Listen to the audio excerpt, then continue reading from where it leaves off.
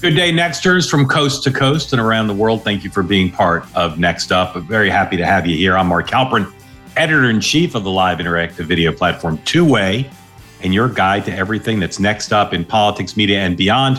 We've done the last couple episodes with a heavy focus on media. Today, our guest is someone from the media, my friend Joe Scarborough, host of The Morning Joe on MSNBC. But our focus is not going to be much on the media, although we'll talk some about it, more on the Democratic Party. This Trump phenomena, 10 years now of Donald Trump dominating our national politics, there's a lot of angles to it. I think arguably the biggest and most undercovered angle is how Democrats have grappled with him for the last 10 years.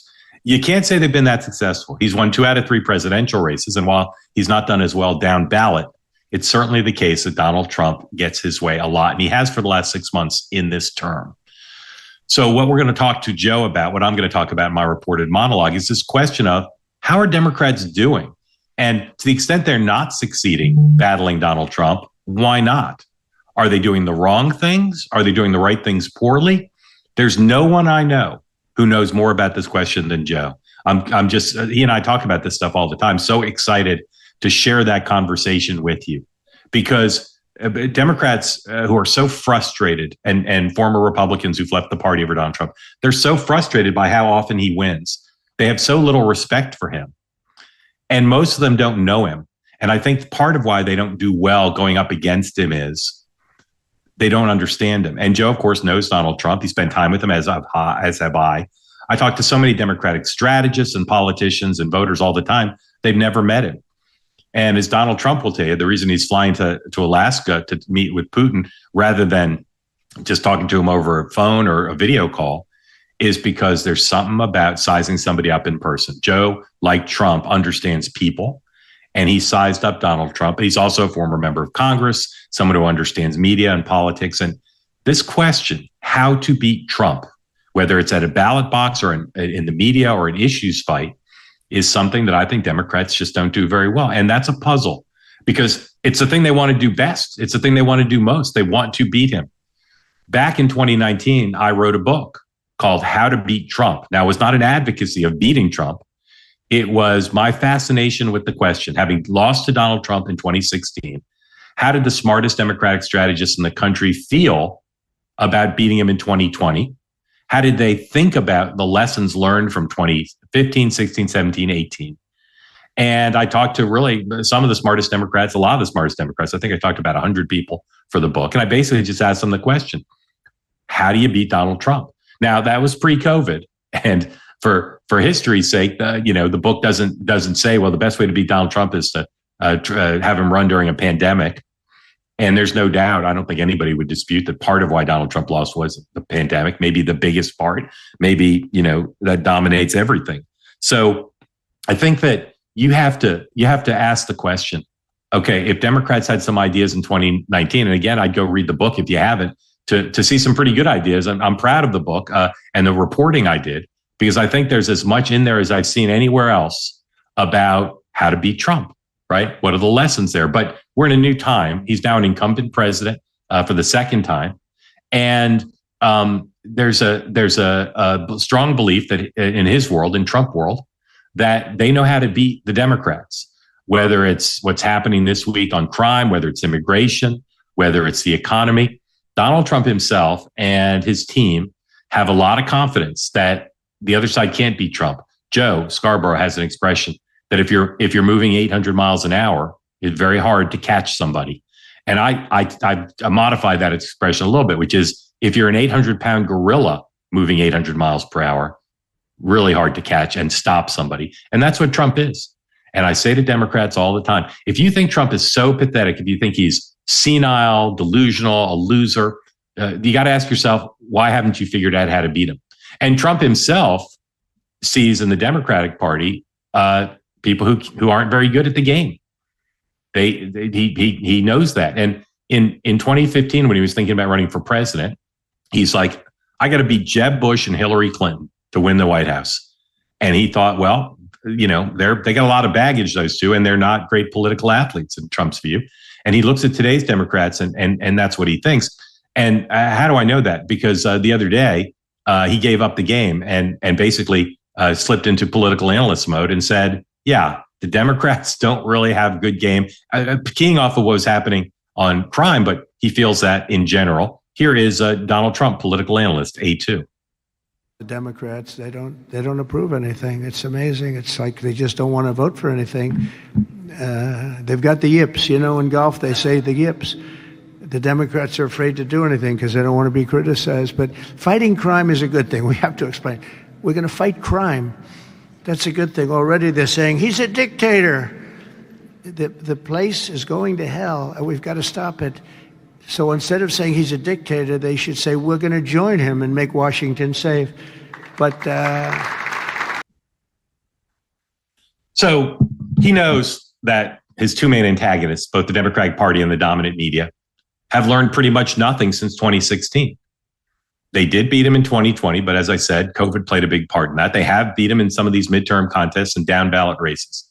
But Trump himself dominates our national politics right now.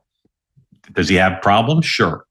But the Democrats cannot stop him. The other day, I sat down for my newsletter and I said, today I'm going to write about a list of top 10 Democrats who are doing the best job combating Donald Trump. And I have to say, didn't go very well. I got to just a handful. And even those, 3 or 4 or 5, maybe, I can't remember, even that list was not particularly good. Gavin Newsom is in the game. He's got the platform of being governor of California. He's very tech savvy, media savvy. He does a lot of media, generates a lot of content himself. He has a big email list of folks that he can send to, a big texting list, big on social media. But he's also got a job being governor of California. He's in California 3 hours behind the Eastern media. And, you think about Chuck Schumer, Hakeem Jeffries, you think about, even if you include it to people like Rachel Maddow, there just aren't a lot of people out there in the Democratic Party who are on a regular basis effectively taking on Donald Trump. It happens episodically. But Trump's in the news cycle constantly. Everybody knows that. Trump knows how to play the game. And again, that statement, Trump knows how to play the game. That's not cynical. It's not pro-Trump. It's just factual. And again, it's something Joe Scarborough and I talk about all the time. Like, Trump is Muhammad Ali. Trump is Da Vinci. Trump knows what he's doing. And if you disagree with him on policy, if you think he's ruining the country, violating norms, treating our allies poorly, you're not going to stop any of that effectively if you can't compete with him. How to beat Trump, right? Take this, what's going on with the policing situation. You'd be cynical if you say Trump is doing this purely for politics, because he's not. He's a builder. And he likes order. He likes clean cities. He doesn't like our nation's capital, where he now lives, having crappy streets and homelessness and hopelessness camps and law disorder and crime. Doesn't like it, and has assets from the federal government and the law that pertains to the District of Columbia that allows him to do something about it. Now, I can tell you just with great confidence, knowing Trump, listening to what he said, knowing people around him, his primary motivation here is to try to help the people of the city. I'll take heat, I'm sure, in some quarters for saying that, but I don't have any doubt. But I also will say, yeah, does he see the politics as this? Of course. Does he want to go into the midterm year, having people saying which party will keep us safer? Which party dominates the cities that are the unsafest parts of the United States? Of course he does. And of course he understands exactly what's going to happen when he raises this as an issue. And it's what he did in immigration in 2016. It's what he did in immigration in 2024. The Democrats, part of why they can't beat Trump is they don't understand that Trump talks mostly, not exclusively, but mostly about popular things, not just core MAGA red meat issues. It's popular to say, change the status quo in our cities so our cities are safer. That's popular. It's popular with people who live in the cities. It's popular with people who live in the suburbs. So I've been looking at and listening to what are Democrats saying about this DC policing situation. What are they saying? Here's the president. Take away that it's Trump. President of the United States says our nation's capital, which should be a beautiful crown jewel, is a violent place. A lot of crime, a lot of citizens are concerned. And he says, I'm going to do something about it. And I'm going to use the powers that I have for taking over the DC police, for activating the National Guard, 2 things he can do in DC, Harder to do the second one, and the other states can't do the first one, other states, because of the law for DC. And then I'm going to use active duty military to try to restore order to this city. So there are lots of ways a Democrat could react to that. And certainly I urge everybody, one way to react to it for sure is to say, all right, let's make sure this is being done right. No civil rights being violated, no interference with normal policing in a way that's deleterious to the public interest. Absolutely needs to be done by the press and Democrats and others. Even Republicans should want to do that too. But the way Democrats have reacted to this is about process and objection and about nitpicking at the whole thing. So let's look at some of what Democrats have said. First, here's former Transportation Secretary, former South Bend Mayor, past and probably future presidential candidate Pete Buttigieg, A3. As we speak, the federal government is taking over the policing of a major American city, Washington, D.C. The president is doing this not in order to make the city safer, that's the job of local law enforcement, but to solve his own political problems. He needs to get his base talking and thinking about something besides his refusal to open up the Epstein files because he's mixed up in them. Again, Pete Buttigieg is saying the president's not doing it to make this city safer, and says it has to do with the Epstein files. Maybe it does. I'll concede the point. Maybe the president's trying to distract from Epstein. But he's also doing the only thing to change the status quo, to say the people of D.C. are not going to get safer because of what's happening in the D.C. government by itself. They need some help. Now, Democrats from around the country, law enforcement officials, elected officials have reacted to this too. Same lines with hostility and suspicion and trying to beat the president at the law enforcement game. Here's the DA of Philadelphia on CNN, A4. What he's trying to do here is not normal.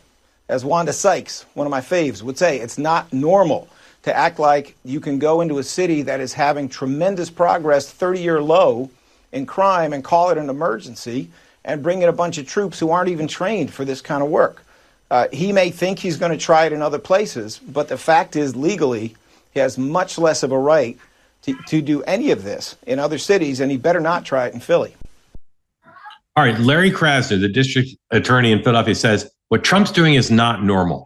Okay, here's a lesson Democrats should learn going back to 2015.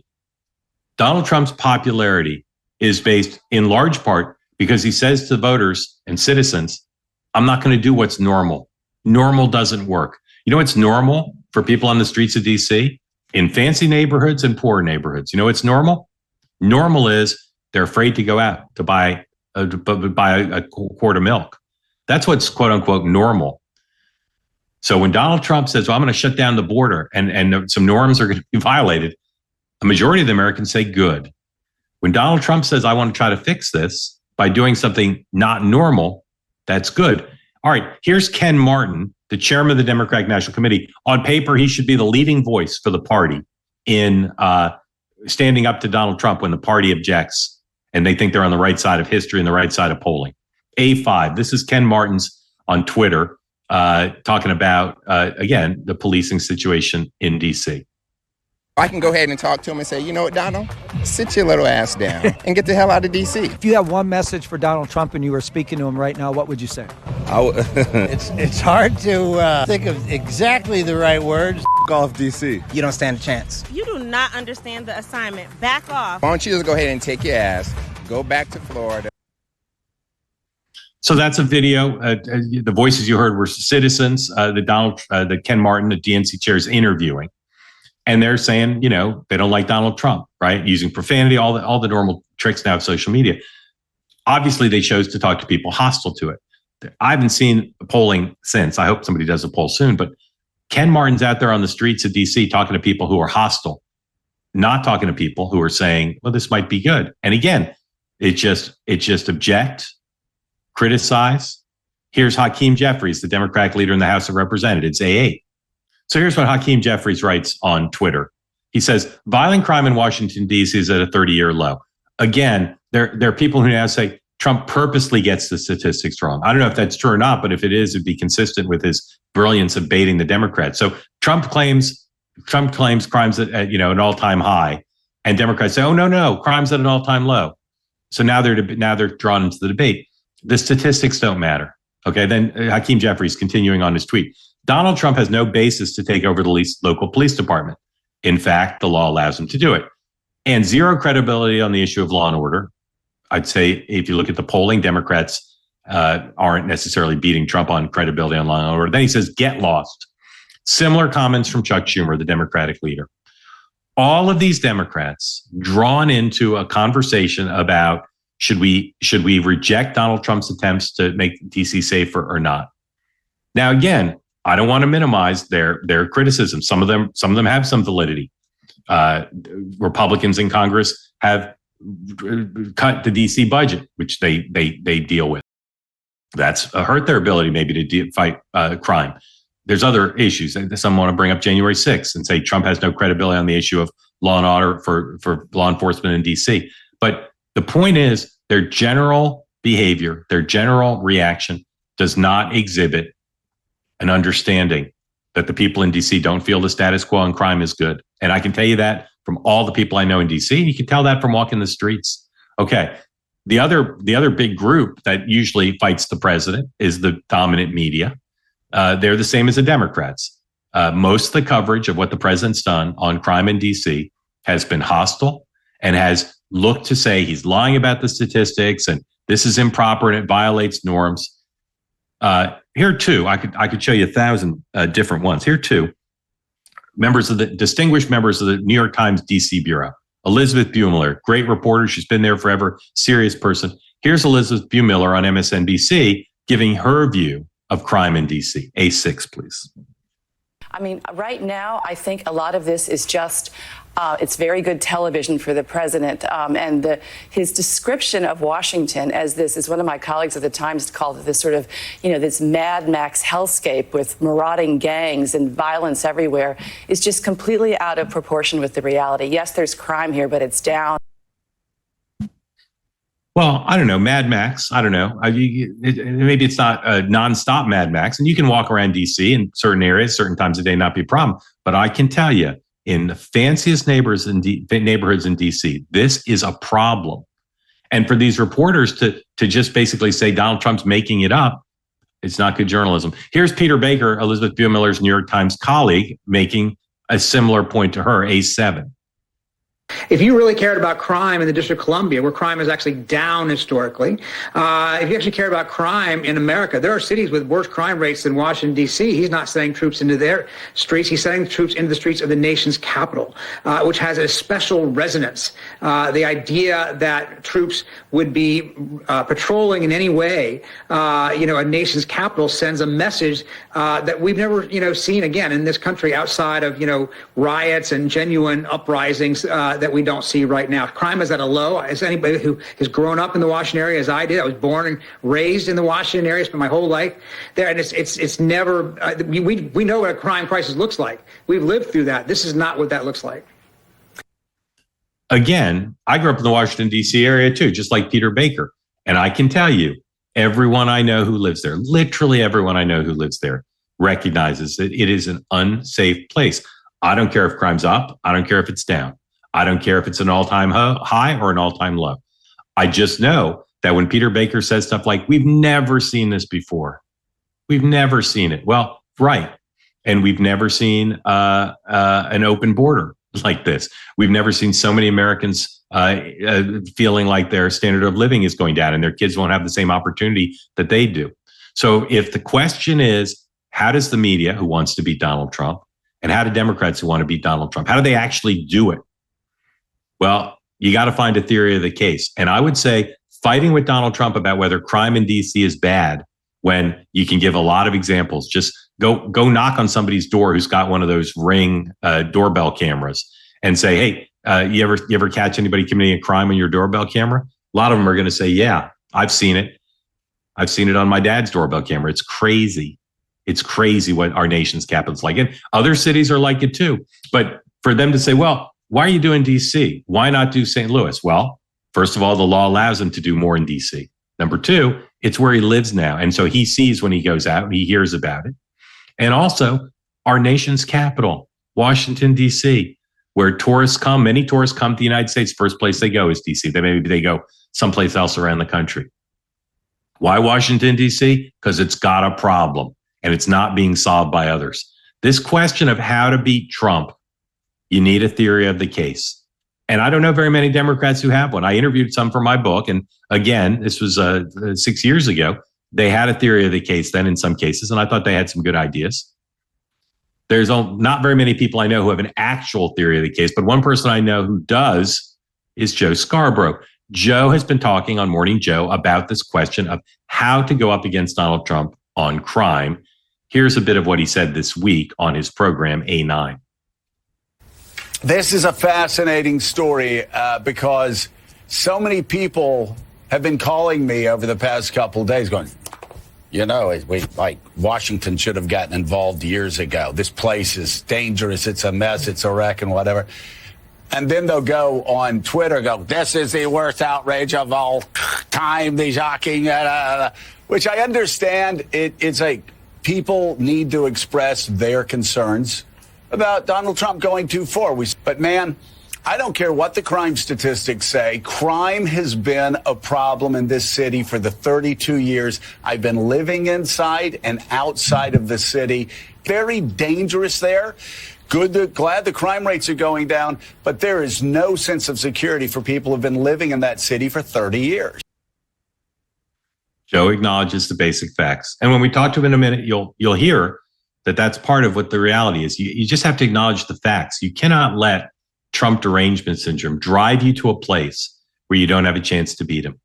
Democrats want to think about the midterms. They're thinking about 2028. Those will both, even though Trump won't be on the ballot, those are both times when they're going to have to learn the lessons, how to beat Trump. But they need to do it now because they don't like the first 6 months and all the stuff he's done.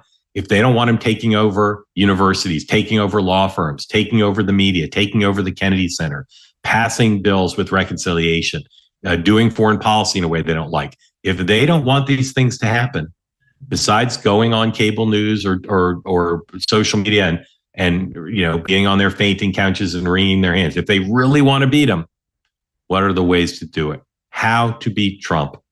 That'll be our topic next up with Joe Scarborough. All right, tell me what you think about today's report. You can always email me at nextuphalperin@gmail.com. This program's available on your social media platforms, your X's, your Instagrams, your TikToks. In those places, the handle's the same, @nextuphalperin. And of course, you can watch the program on YouTube at youtube.com/@nextuphalperin. Of course, listen to us as a podcast wherever you get your podcast. So we're going to dig, I believe, deeper and better into this question.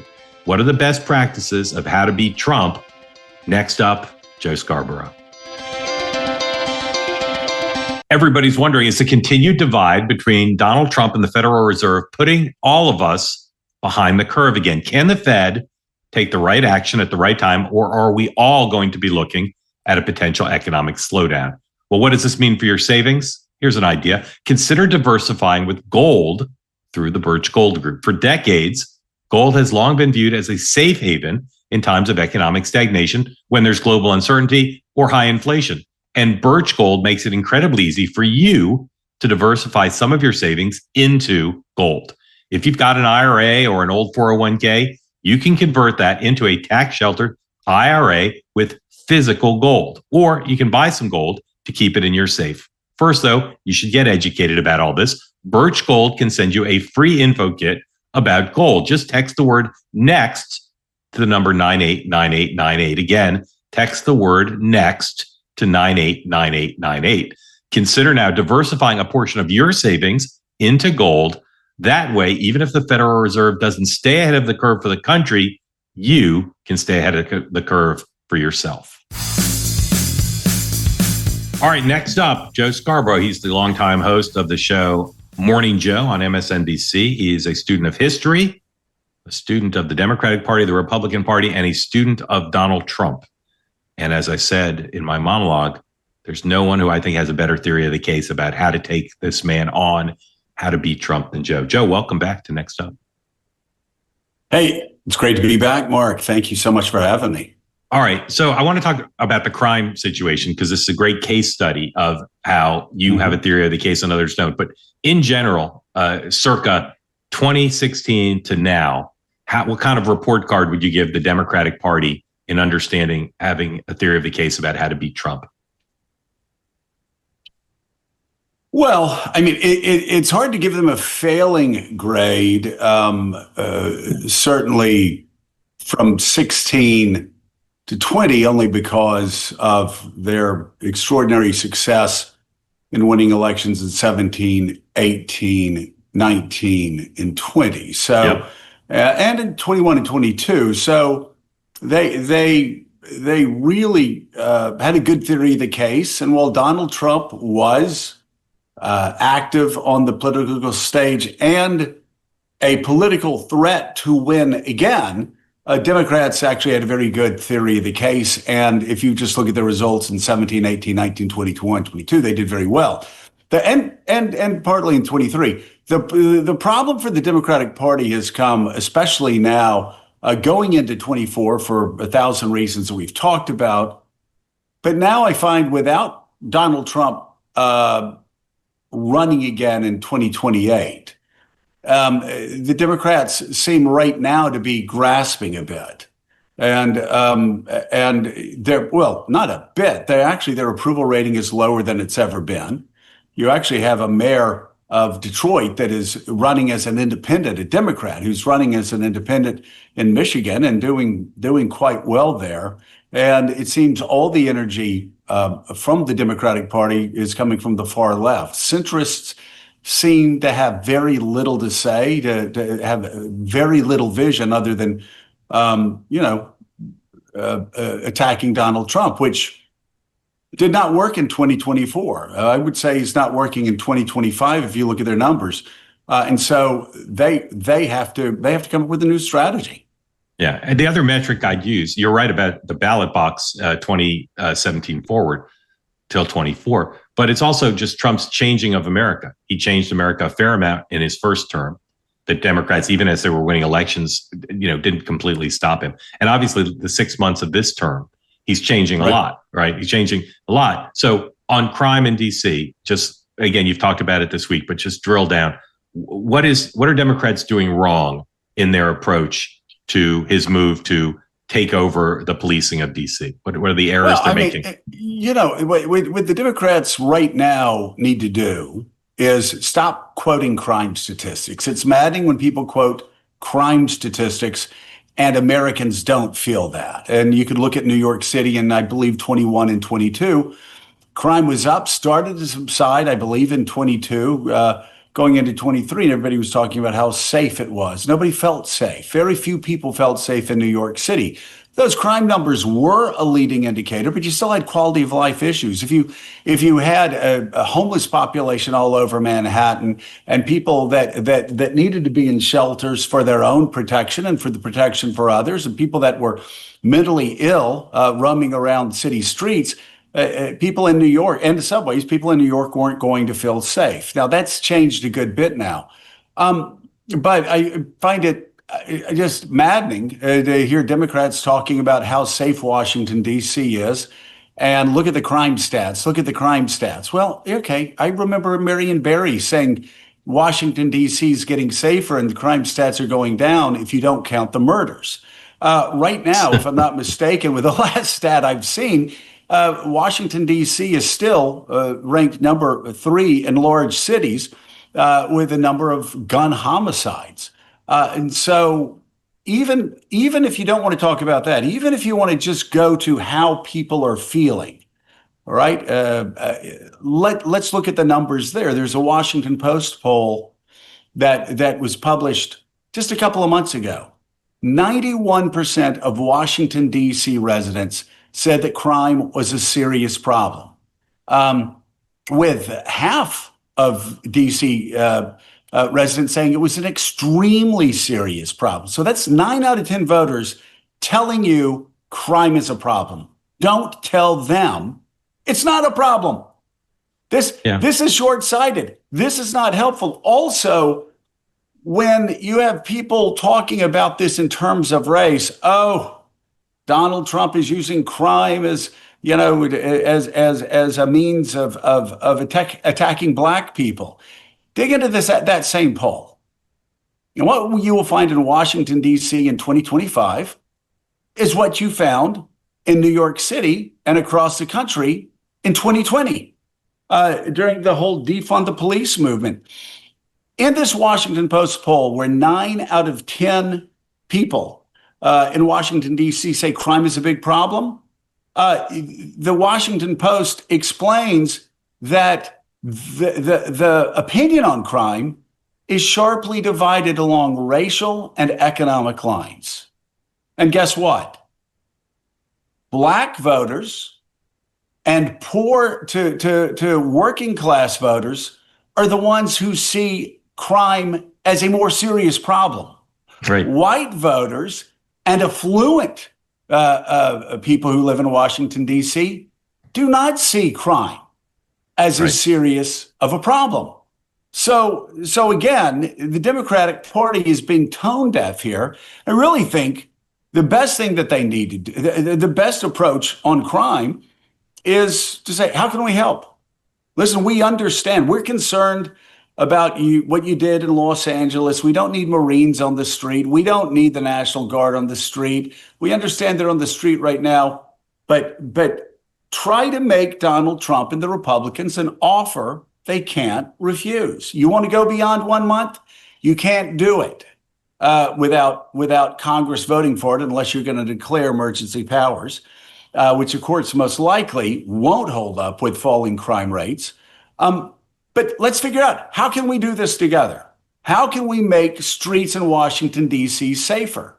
And I think this may be possible because, Mark, you and I have talked offline about the fact that I've had a lot of Democrats who worked in the Biden administration, Democrats who worked on the Biden campaign, Democrats who work in Congress, members of media. They all share stories after I talk about how the fact that, yes, crime rates may be going down, but for 35 years, there's been a sense of insecurity when it's come to crime in Washington, D.C. They'll all tell me their stories about their friends who have been held up, about carjackings, about robberies, burglaries, et cetera, et cetera.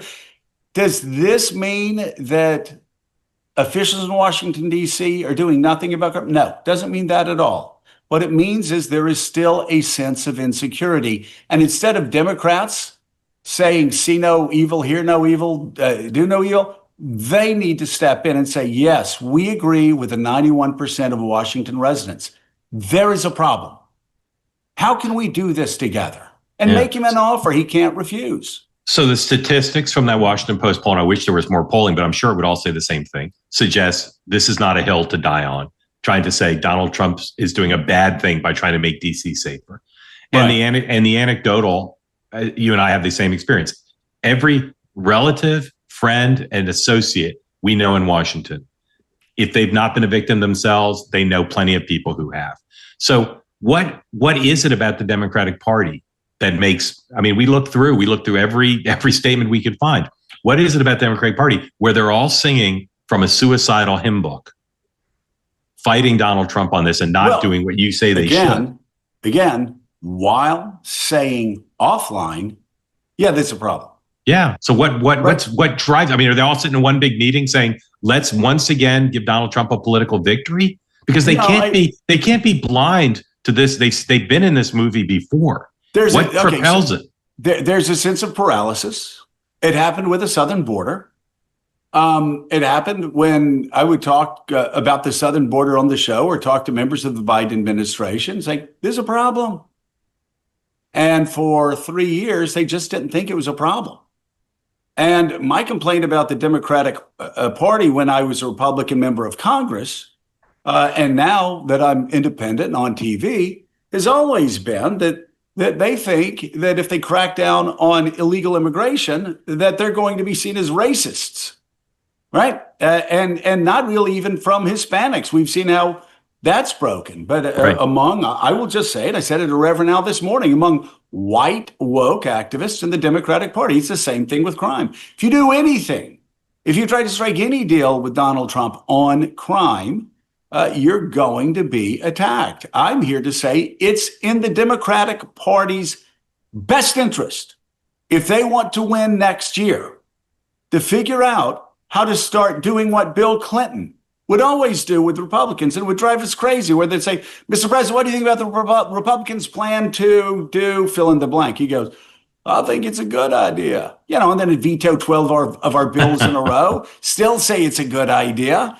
And we ended up, compromising on welfare reform, balanced the budget 4 years in a row, did a lot of things together. He still fought us every step of the way, but was always telling the press and always telling the American people that, he agreed with our ideas. Who doesn't agree with balancing the budget? Who doesn't agree with welfare reform? In fact, when he wrote his autobiography, in the foreword, I broke out laughing because he mentioned up front his two great achievements, balancing the budget and welfare reform, things that he fought us every step of the way. Democrats have to figure out how to do that, how to say, of course, when 9 out of 10 people in Washington, D.C. say you have a problem with crime in Washington, D.C., we've got to do something. Now, does that mean we need to put troops on the streets? Does that mean we need to send Marines in? Does that mean we have to do what Donald Trump does often, and that is, play to shock and say, no. But let's sit down. Let's figure out where we can compromise, how we can make the streets of Washington, D.C. safer, and do it. But again, you're right. I talked about the southern border. They didn't get it right on the southern border. When the trans commercial came up, I think I've told you, I talked to, everybody in the Democratic establishment. And they were like, they just closed their eyes and said, oh, that trans commercial. No, it's not scoring. Nobody's paying any attention to it. It doesn't make any difference at all. And I said, well, why do I see it 300 times a week when I'm watching NFL games with my son on YouTube TV? And we have the split screen 4 ways, and it's constantly playing. They didn't want to talk about it. They thought they would offend their most progressive right wing or left wing white base. So they stayed away from it. And if they had actually talked about it, if they had said, hey, you know what? And they didn't have to attack. They didn't have to attack anybody. They could have said, that policy that Donald Trump is attacking Kamala Harris for, that policy actually was put into effect and memorialized by Donald Trump's own Justice Department in 2019 and by his Bureau of Prisons commissioner in 2019. Here are the documents. We have them. And it would have undercut that commercial, so they could have talked about other things. But for some reason, they figured that was the third rail of Democratic politics. They didn't want to touch that, like they don't want to touch crime. So let's have you play a Democratic Congressman Quimby, and I'll be a fake television interviewer, and I want to run through some issues and how you would put into practice as a congressperson, Democratic congressperson, how you put into practice the theory you have about how to deal with Trump on this. So first, we'll do crime. Congressman Quimby, what do you think of President Trump's taking over the D.C. police force and putting active duty military and National Guard on the streets of D.C.? Well, I've always been in favor of the national government, the federal government, with Congress, with the president, taking a more active role in Washington, D.C. For too long, there seems to have been this competitive back and forth between the two. There needs to be a partnership between Congress and Washington, D.C. The first thing we have to do is we've cut their funding by $1 billion. We need to give them their funding back and encourage them to use that on public safety, encourage them to use that on some programs that the Democratic Party and the Democratic mayor have already started, where they are actually purchasing units where they're going to be able to house the homeless. So we need to encourage that. We also need to figure out how we can get together with the administration, see where there are places where we can agree. We're going to disagree most of the time. But on crime in Washington, D.C., when 9 out of 10 people in Washington, D.C., most of whom are Democrats, say that crime is a serious problem, we have a responsibility to do more than just have partisan fights and partisan back and forths. Let's find common ground. Let's see what the administration can do. Let's see what Congress can do. And let's see how we can create a partnership with Mayor Bowser, the leaders of Washington, D.C., the Metro Police Department, and the people of D.C. That's a win-win for everybody. And obviously what you just said is so far away from what either of us have heard any Democrat say about how to deal with this. Would you have the same posture about issues like trade or Medicaid cuts or taxes? Would your position be that, your kind of rhetorical strategy be similar on any of those?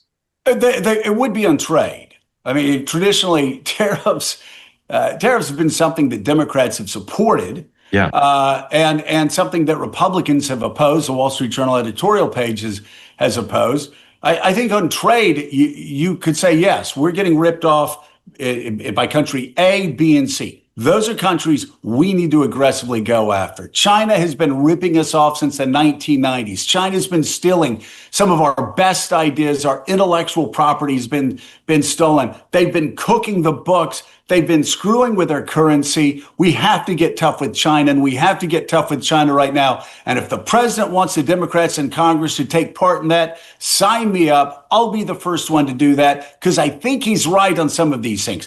Do I think that he needs to go after South Korea, Japan, Australia, others who are our best allies against a rising China? No, not at all. Taiwan? No. We need to be shoulder to shoulder in the Pacific so we can stop the spread of Chinese communism and their influence across the Pacific.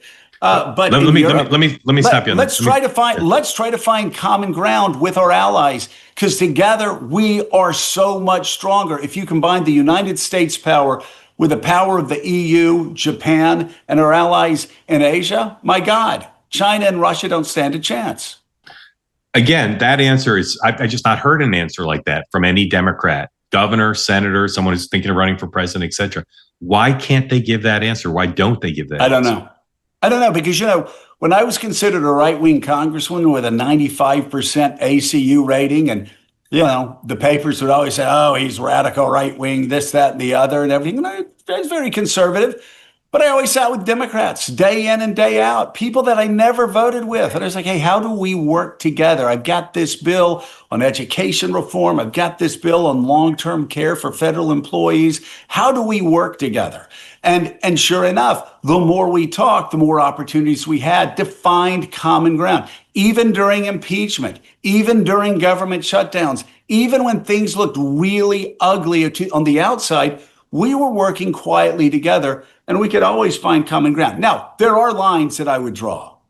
Yeah. One is the tax cuts. There are no compromise on the tax cuts for billionaires. There is no compromise for tax cuts for multinational corporations. There really is no compromise on any of the tax cuts that make the richest of the rich even richer, and really hurt the working poor and the working class. Same thing with Medicaid cuts. No compromise on Medicaid cuts. The idea, and I said this, by the way, back when I had one of the most conservative ratings in Congress, the one thing I didn't go along with in Contract with America was Medicaid cuts. And my comment was very clear. I said, if you think that we're running a deficit because the poor is getting too good of a deal in America, you're living in a different America than I am. And you're living in a different America that mothers who take their children into the emergency room at 11 o'clock at night, so they can be in the emergency room as their child's primary healthcare provider. You're living in a different world than them too. So there are some things that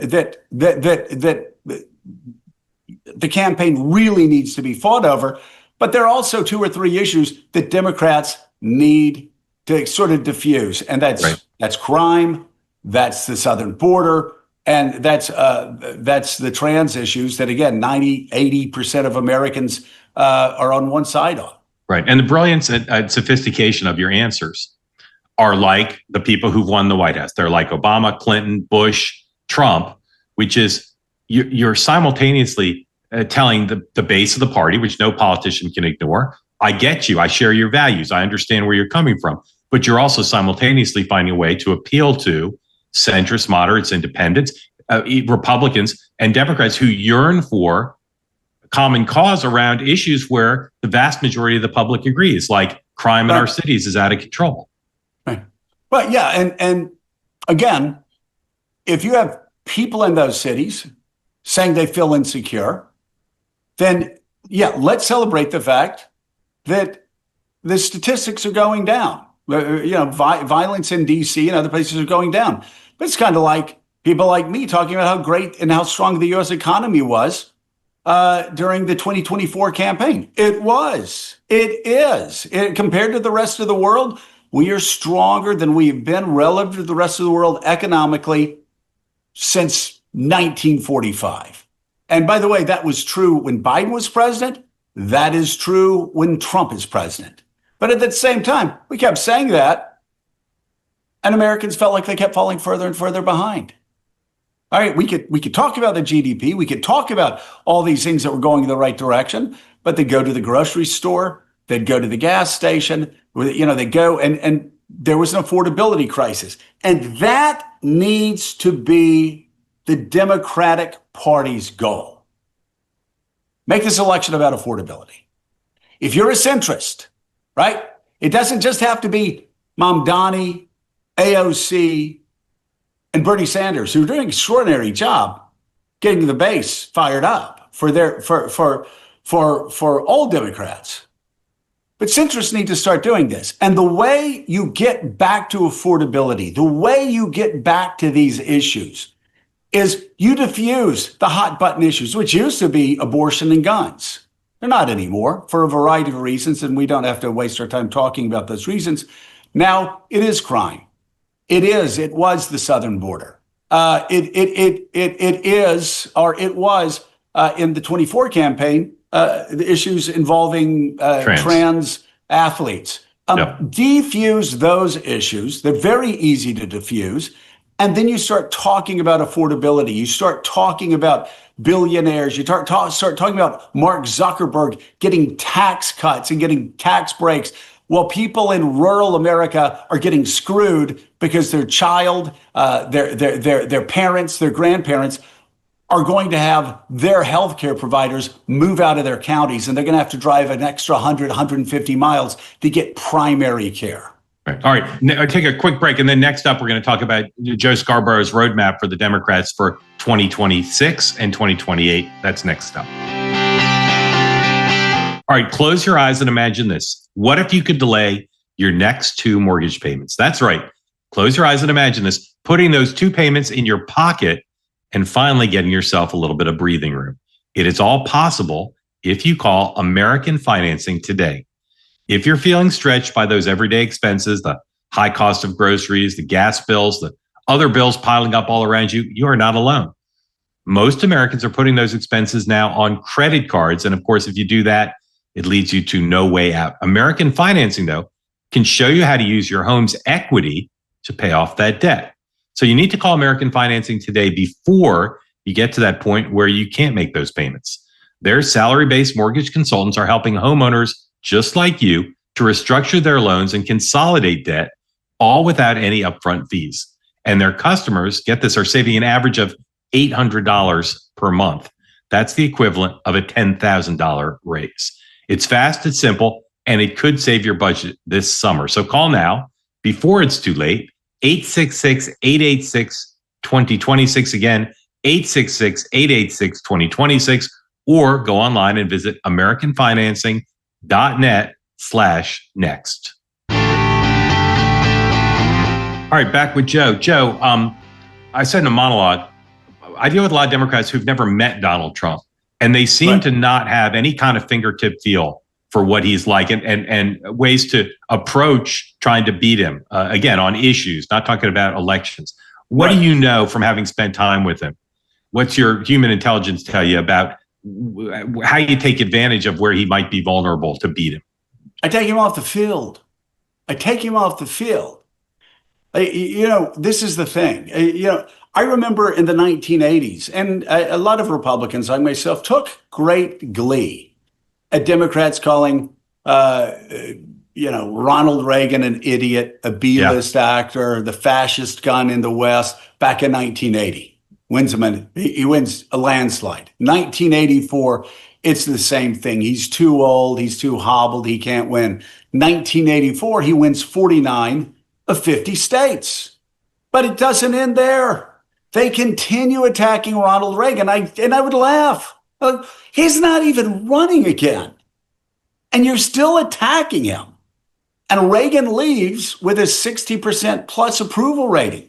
But it didn't stop there. The obsession on Reagan continued. It still continues. People still come on my show today, and they will attack Ronald Reagan. Every problem that ever began with Ronald Reagan. You had great authors. You had people like Edmund Morris, who wrote the most extraordinary biographies about Teddy Roosevelt. I believe he won Pulitzer Prize. Then he was allowed to write. Then he was allowed to write Ronald Reagan's, and it was authorized. And he just lost his mind. He started making up characters and making up. Rick Perlstein did the same thing. Nixonland and Before the Storm are two of the greatest. He's a liberal, but they're two of the greatest works of history on the rise of the conservative movement in America that I've read. Our friend Pat Buchanan said the same thing about it. And then he wrote a book about Nixon, and he just lost the plot. So how does that apply to how Democrats should talk about Trump now? Why fight against Ronald Reagan when you can fight against Congressman Quimby, right? From Hackensack, or from Western Des Moines or wherever they're from. Don't go after, unless it's in the primary. If you're in the primary, go ahead, run against Donald Trump. You get to the general election, you don't want to have anything to do with Donald Trump. It's like the Iraq War. At some point, I just told people, I'm just not going to debate the Iraq War anymore. We've done it for 10 years. You have your views. I have my views. It's the same thing with Donald Trump. Everybody has their hardened positions. And you're not running against Donald Trump. You're running against Congressman Quimby, who is no Donald Trump. And you'll be able to bet him. Republicans don't win.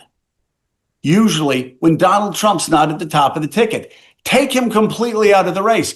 If you're a boxer and you have the choice to fight against Muhammad Ali or Chuck Wepner or Jerry Cooney, you want to fight against Go with Cooney.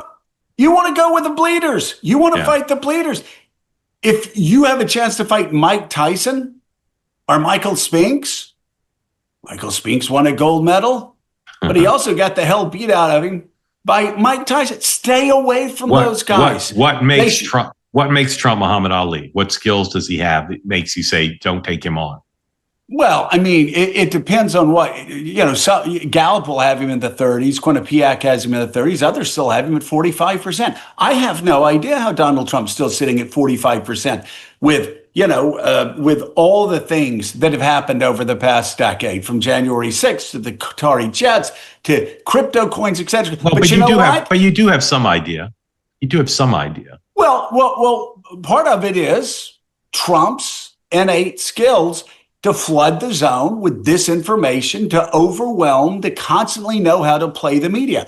But what I'm saying is, push that to the side. You don't have to deal with that because you're not running against Donald Trump in 26. You're not fighting against Tyson in 26. You're not fighting against Ali in 26. You're fighting against Chuck Wepner. And he's no Muhammad Ali. Now, this, by the way, for people that are old, you'll know who Chuck Wepner is. He fought Ali. It didn't end well. He's in Google. He's in ChatGPT. Don't worry. He also made the cover of Sports Illustrated saying he was going to beat Muhammad Ali. He did. But you have a chance, though, right? You have a chance to run against the individual members of Congress, the individual senators, the individual state legislators. And again, use Donald Trump to raise money in the primary, et cetera, et cetera. But once you get to the general election, it's baked in the cake. And there are many things I do not understand how he continues to do as well as he did. But that's not a Democrat's problem anymore unless they're fighting him in Washington, D.C. on these issues. Right. If he or she are running for Congress or the state legislature or the governorship, Look forward. What are you going to do over the next 4 years when Donald Trump's out of office? Right. And I think Democrats will have a much better chance of winning instead of being obsessed on trying to crack the code on Donald Trump. So people running for office in 2060 say focus on your Republican opponent in the general, not Trump. What about people thinking of running for president? Should they be a Democrat? Should they be talking about Trump, or should they similarly move on and talk about the Republicans? No. Again, because Trump is so baked into the cake. Again, it's like the Iraq War. You just, nobody's going to change their mind about Donald Trump. And we keep thinking this is going to happen, and this is when the walls are closing in on Donald. Something I've probably said 87 times. No, the walls aren't going to close in on Donald Trump. And that's not your concern. Your concern is getting elected to Congress. Your concern is winning the House of Representatives. Your concern is taking over the committees, and by doing so, being able to stop a lot of what Republicans are doing. And see what I just said there? I didn't talk about Donald Trump. I talked about Republicans, because these Republican senators and congressmen and congresswomen, they're the ones who are responsible for giving massive tax cuts to the richest Americans, the biggest multinational corporations, the people that run tech monopolies, while slashing health care for people in rural America. They voted. Without that vote, it would have never passed. So focus on them and keep landing those body blows, those political body blows, and Democrats have a great chance of really doing well in 26. All right, so let's take it back from the midterms to where we are now. Trump's doing a bunch of stuff. And again, I'm just curious, how do you think the Democrats should approach this? To either beat him or to not take him on? His going after universities. Is that a fight Democrats should have? And if so, what should they say about it? What should they say about it?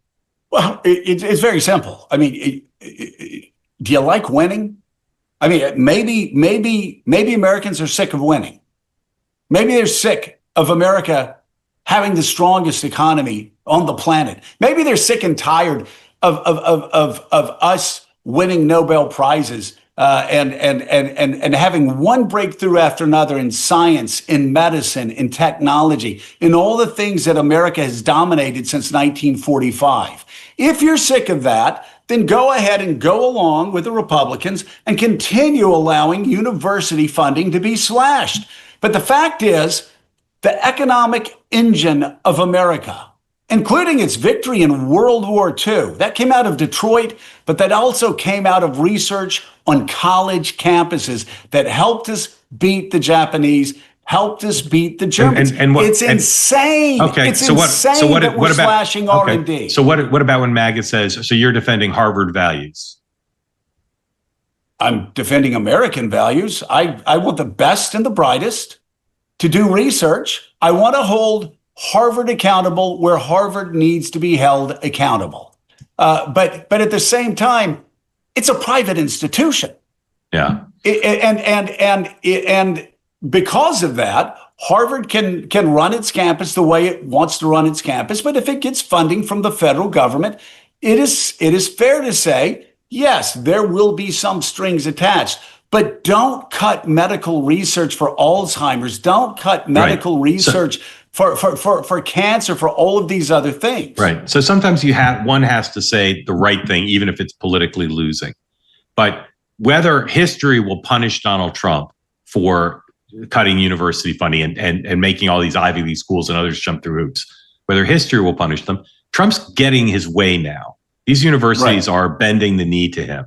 So if you're someone who thinks this is bad, that's a loss. Is it a winnable fight? In other words, the rhetoric you're using is what some Democrats are saying. Is that a winnable fight? And if it's not a winnable fight, should Democrats keep at it?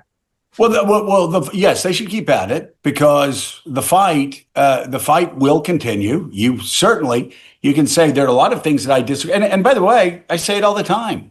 There are a lot of things that Harvard has done through the years that I think are just absolutely crazy. At the same time, I don't want the federal government, because I'm a conservative, I don't want the federal government telling Harvard what to teach in classrooms. Right. But just that's up to Harvard.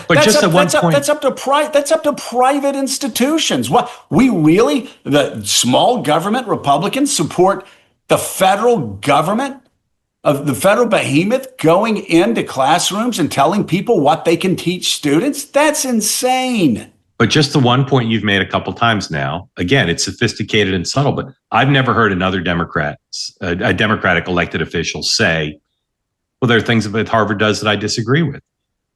Even on their failure to protect their Jewish students, even supporters of Israel who are Democrats. That's the missing piece. All right, what about what he's doing with law firms? Like, by the way, I want to go back because again, I'm a conservative and I believe in free markets. I believe in free choice. Let me tell you, first of all, they have a responsibility to protect Jewish students on campus. They have a responsibility to protect Muslim students on campus, Catholic students on campus, conservatives. They have that responsibility.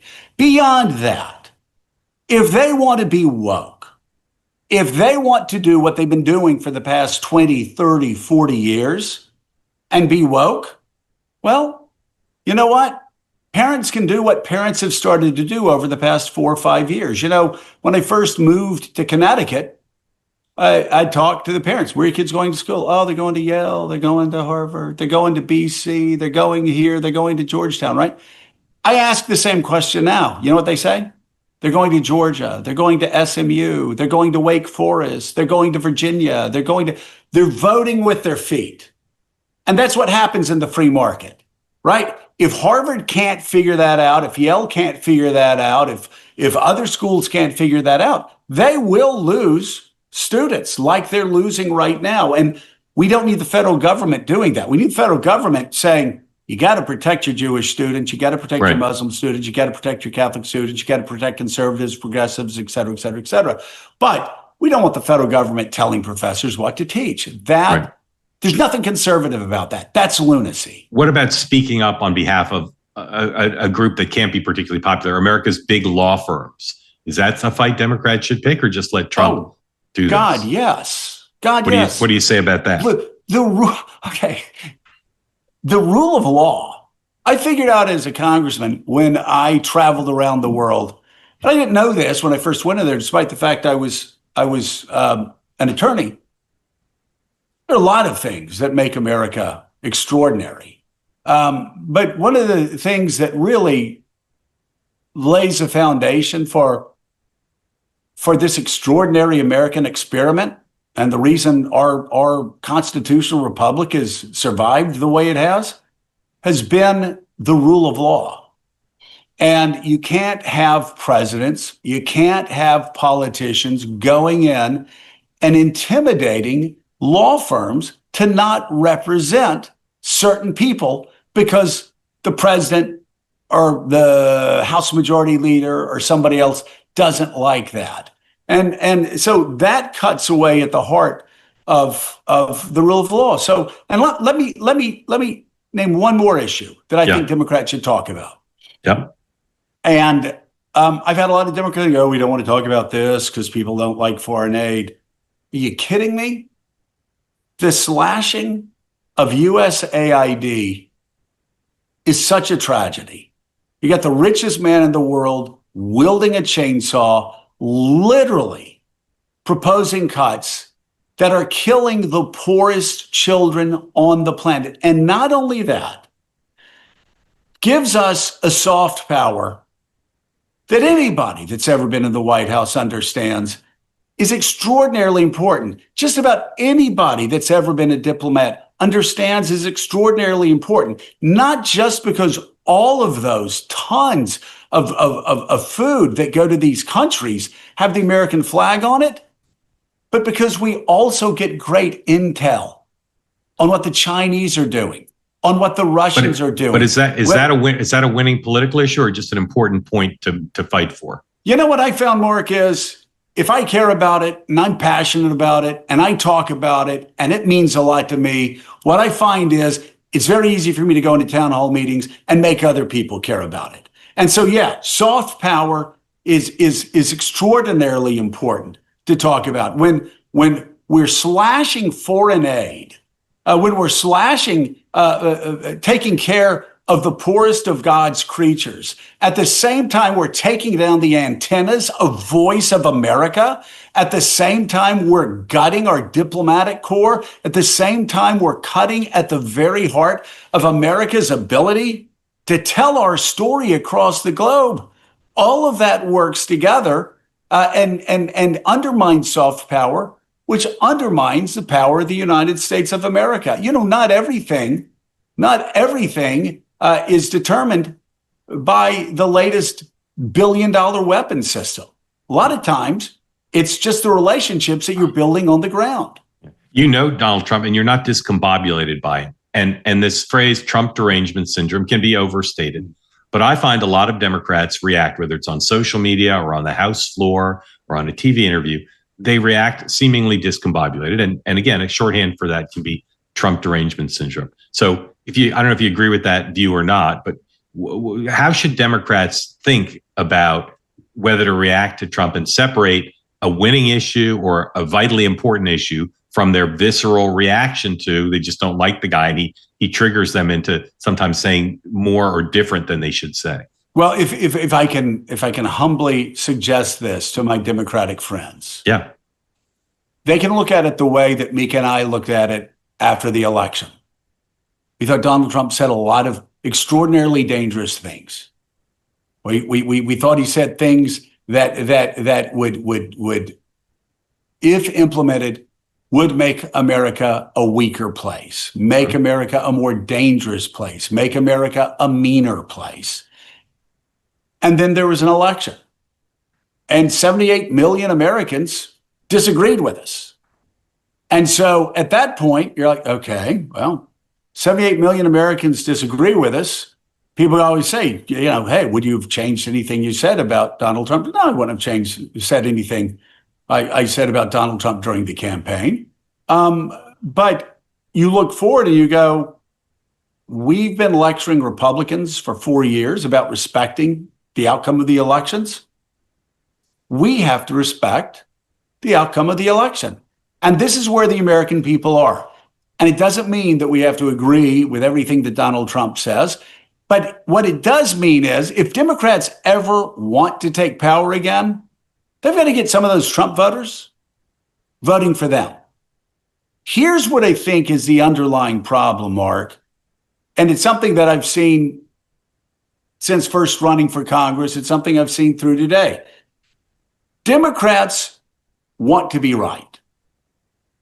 Republicans want to win. And Bill Clinton, what did he say? Better to be strong and wrong than right and weak. Strong and wrong than right and weak. I think you can be right and you can still win. But I would just say, and it would help Democrats to understand that Donald Trump is the master of distraction, of flooding the zone, of getting you off the points that you want to talk about, the things that you think are the most important. And being angry, showing, well, that sure didn't work, leading into the 24 election. Let the Republicans be angry. Let the Republicans be pissed off. Let the Republicans be the champions of separating mothers from their children, of grabbing people off of college campuses and throwing them in jail illegally. Let Republicans do that. Call it out, but tell Americans what your vision for America is and why what they're doing is wrong. And again, the goal is at the end of the day, get it back to affordability. We just had an inflation number come out today. Inflation's going to continue going up, most likely. It's certainly what the Fed's concerned about. It's what the numbers suggest. Americans still, if you look, Donald Trump scores, even in polls where Donald Trump may be at 44, 45% approval rating, he's in the 30s on inflation. He's in the 30s on affordability. That's, again, going back to the old boxing analogy, that's where you beat Jerry Cooney or Richard, the Princeton college boxing champion. You don't go up against Ali. You go up against the congressman or congresswoman you're running against, and you hammer them on affordability. You hammer them on the tax cuts they gave to the richest people on the planet, and slashing healthcare for the poorest of Americans, and also for working Americans in the rural countryside. When this switches for the Democrats from how to beat Trump to, I believe, how to beat J.D. Vance, because I think he'll be the Republican nominee, what's different about how to beat J.D. Vance as compared to how to beat Trump? Nothing. You take what Donald Trump has done, that no other politician but Donald Trump would get away with, and you put it on the congressman. You take what Donald Trump has done, that no other Republican could get away with, and you put it on J.D. Vance. Or you put it on whatever Republican is over there, because they're going to be begging for Donald Trump's endorsement. Again, it's, and you and I have talked about this before. It's funny, Republicans, after Reagan, thought, oh, well, we've got this Reagan coalition. That's just awesome. No, they didn't. Reagan had the Reagan coalition. Same thing with Barack Obama. What was it? The coalition of the Ascendant. The coalition of the Ascendant. It's a new era. It's a new age. We've got the coalition of the Ascendant in 2008. 2 years later, the Tea Party wins. 2 years later, Obama wins because he's Obama. 2 years later, Democrats lose again because they're not Obama.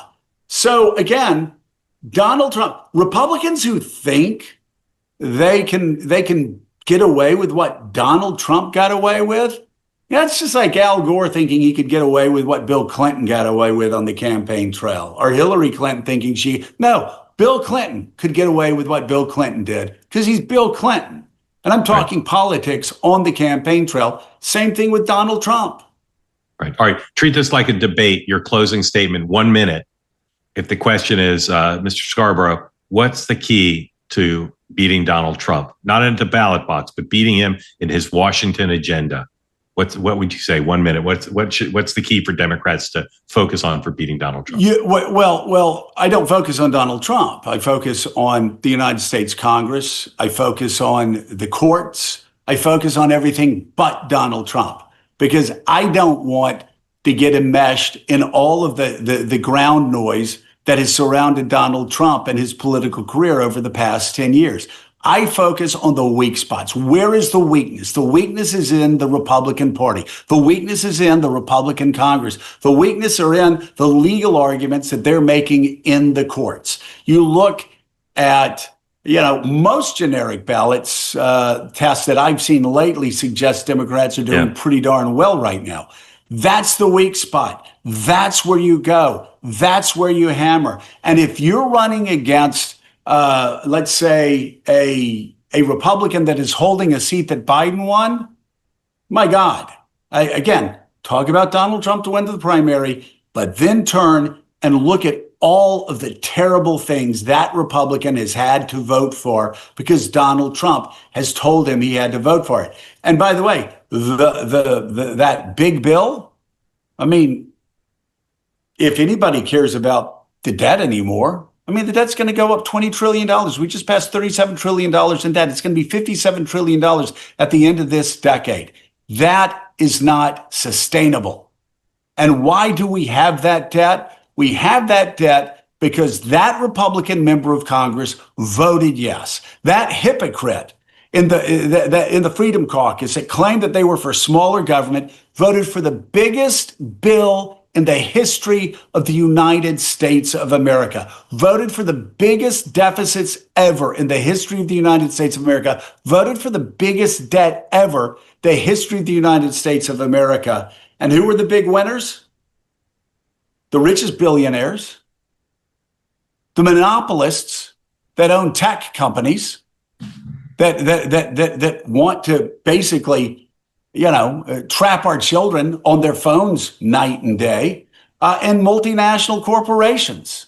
This is, again, I don't know how Democrats can blow this, but they are Democrats after all, so anything's possible.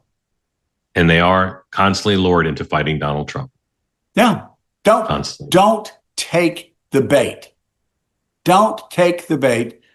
Go after the congressman or congresswoman you're running against and just hammer them day in and day out. And just look at the big, beautiful bill. They call it. You think it's beautiful? You think it's beautiful that Mark Zuckerberg got the biggest tax cut ever? Well, you're taking away health care and you're making hospitals in our district shut down entire wings of pediatric care because you voted for that bill? Seriously, just because you couldn't say no to Donald Trump? Oh my God, that's sad. They need to send me to Washington. I'll know how to say no to things that are bad for this district. That's how you do it. I've done it before. It works. You can see Joe Scarborough every day on MSNBC at 6 a.m. for 3 or 4 hours. And then if you want to listen to Joe Scarborough, Joe, you got a podcast, don't you? I hear I do, but it's not as popular as your podcast. And your podcast, Mark, I've got to say, I looked at the charts recently, and you're like the Beatles, who like occupied the top 5 spaces on Billboard's top Hot 164. But you've got like podcasts all over the place. I'm more like the Ruddles, more like the Ruddles and the Beatles. Very grateful to you for making time. And again, it's very hard to find any Democrat with an actual theory of the case about how to beat Donald Trump. And grateful to you for making time and sharing. Well, and you know what? The way you beat Donald Trump is you don't even say that. This is how we beat the Republican Party. Yeah. The Republican Party is extraordinarily unpopular. Run against the Republican Party because Donald Trump is not going to be on the ballot again. Joe, thank you. Grateful to you. All right. Thank you, Mark. All right. That's it for today's program. We'll be back next Tuesday, another brand new episode. Make sure you subscribe and download Next Up wherever you get your podcasts or watch us on YouTube. If you stay close, Nexters, you will always know what's coming next up.